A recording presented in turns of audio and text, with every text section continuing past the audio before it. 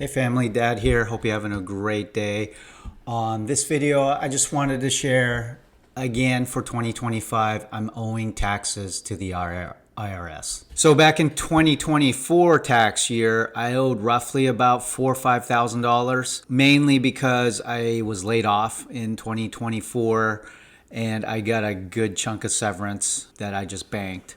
I didn't have a job gap during that year. I got laid off at the end of May, and then at the beginning of June, I started a new job. So no job gap. In the meantime, I was collecting all this severance money that it was like 8, 9, 10 weeks worth of severance that I was able to just pocket, factor that in. That's why my tax bill went up a little bit, because I made all this additional income that I wasn't expecting, essentially. So, but this year in 2025, I owe taxes again. The big thing was I did switch jobs. In March of 2025, I switched over to a new role, which I'm currently in right now, and started in April. You know, things are great. Really enjoy my company, enjoy the people. I'm happy. But as I was doing my taxes this year, one thing I did notice that I owed taxes again. Now, it wasn't significant. It was about $800-900 that I owed to the IRS. Part of that was, the big difference was, I didn't get a severance package, like 2024. So essentially the government,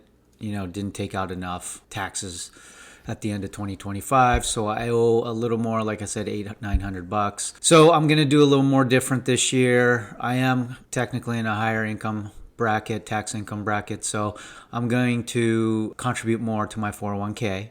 Now, I do max out my HSA, which I think is huge. Everyone should be doing an HSA as long as it makes sense to them. I contribute to the max on the HSA, so it makes financial sense, and it's a lot cheaper. The health insurance is a lot cheaper, but typically, from my understanding and my experience, you want to do a high deductible health plan if you're not a chronic user of the medical health system. Now, if you go regularly once a month, every couple weeks, and you get, prescription medications, you're on, prescription medications regularly, it may not make sense. So just do your researching, figure it out, and see if it makes sense. For me and my family, I still have my 22-year-old and 21-year-old son on my health insurance. We're not chronic users of the healthcare system. My daughter is on a medication. She's on, Crohn's. She's on some sort of injectable, and it's like, I think once a quarter that she has the medication. There's some sort of patient assistance plan where she pays nothing out of pocket. So that's kind of nice. But overall, my whole family, we're not really huge chronic users of the health system, medical clinics. I go maybe once a year for my annual health checkup and blood work. But other than that, that's pretty much it. So with that, obviously, maxing out my HSA, it's still not doing enough to, relieve my tax burden. I'm changing up my 401k contributions again this year. So before I was doing, I think, 1% pre-tax contributions, 401k contributions, and then 7% on Roth, so after-tax contributions. Now I'm going to bump it up to 2% pre-tax. And then just leave it at 7% Roth contributions. So hopefully that'll make my tax burden to zero, possibly for next year, for this tax season. But we'll see, and maybe I'll make adjustments throughout the year. Yeah. So today I changed my pre-tax contributions to 2%, and then my Roth is still at 7%. My company, I'm pretty fortunate.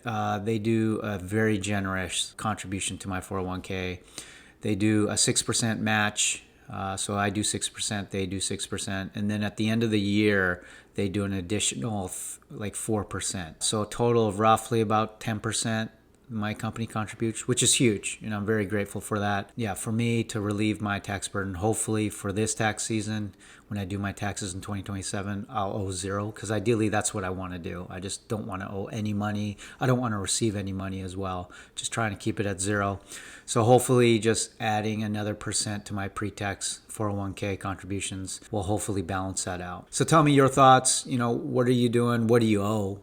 Do you owe any money, or do you get money back as you're doing your taxes for 2025? Comment, like, subscribe. I would definitely appreciate it. So that's all I got. I'll see you all at the next video.